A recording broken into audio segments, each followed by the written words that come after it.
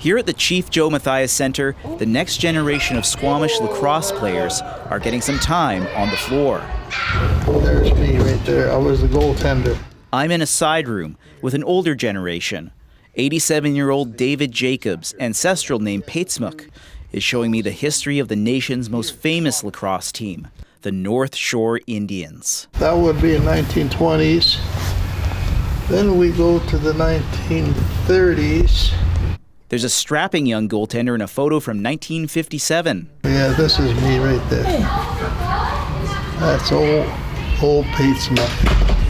Patesmuk and his wife Angela Jacobs, ancestral name Slavia, have been involved in lacrosse in the community for decades as players, organizers, and fans. It brings families together. Their whole family comes because this one's drumming, North Shore is playing. It's bringing people together. And if you ever come to one of our North Shore games, you'll see how it is. Lacrosse has a long history here for Squamish Nation. Generations have donned the Indians' colors, watched them play, or both.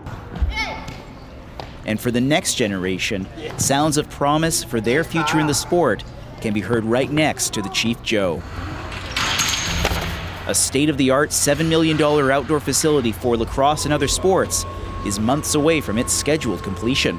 Having a nation-owned and run facility within community will give the nation full control of the training and development for its teams in various sports, but especially in lacrosse. Nick Guidabano manages capital projects for the nation. So really being able to take back control of the growth of the sport is really what drives the importance of this project. The roof is held up by mighty steel pillars. It's high to allow long lobbing shots, part of the Indians' run-and-gun style. Undulating along the corrugated steel roof are waves of red, green, and black triangles, a design mirroring that of a blanket worn by Chief Joe Capilano during his 1906 audience with King Edward VII. Below is a polished concrete floor bound by spotless boards and glass. Well, spotless for now. With a palpable echo amplifying every sound, an uncle and nephew work on passing and shooting. Bouncer. The nephew is 20-year-old Owen Joseph, a former Indians goaltender, now signed to mind the net for the Junior A Burnaby Lakers. He's optimistic this box will give the next generation of Squamish players more opportunity. Just to be able to come here any day that anybody wants to in the community and be able to come down and see all our youth and all our kids coming up, playing the sport they love and being able just to express themselves in the way we used to down at our box. And when he says our box, he's talking about the old one on Humulchison, one of the Squamish Nation reservations in West Vancouver. It was torn down several years ago. It was really broken down. There's a lot of boards that were not attached and they were just hanging on the sides. And then there was one side of the box that was sinking in from a sinkhole. So there's a lot of broken concrete and everything, but we still made it work. Still, the state of that old box and the challenges finding time at other rec centers outside Humulchison highlighted the need for this new facility. It's actually been on the dream books for probably a couple decades. And to have one here at home, more specifically what they call on reserve, it is about the ability to train year-round in any given sport. Owen's uncle is 68-year-old Dennis Joseph, ancestral name Quichtal. I live and breathe lacrosse. He has for 57 years, in fact, playing for the Indians and other teams, as ancestors like his dad did. And he said, don't ever let this jersey hit the ground. You always hang it up, you look after it, and it'll look after you. So it's carried on in the spirit of lacrosse. Skechwa, we call it, is the Squamish word for lacrosse, Skechwa. As a residential school day scholar in his early years, he says lacrosse was an escape. And for residential school survivors like those of his parents' generation, lacrosse was a way to stay connected to family, separated by that system. They would go play in Metro Vancouver, a given sport, athletics, boxing, lacrosse, separated by a fence from their siblings, males and females.